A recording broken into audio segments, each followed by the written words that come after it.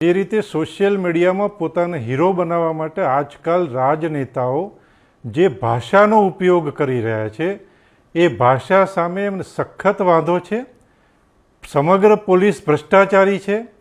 પોલીસના પટ્ટા ઉતરી જશે. રોનકભાઈ જેમ લોખંડને લુહાર પીટતો હોય છે એ રીતે પોલીસ ઓફિસર કે સનદી અધિકારી બનવા માટે સવારે 4 વાગે ઉઠવું પડે છે, દોડવું પડે છે, એની સખત તાલીમ લેવી પડે છે.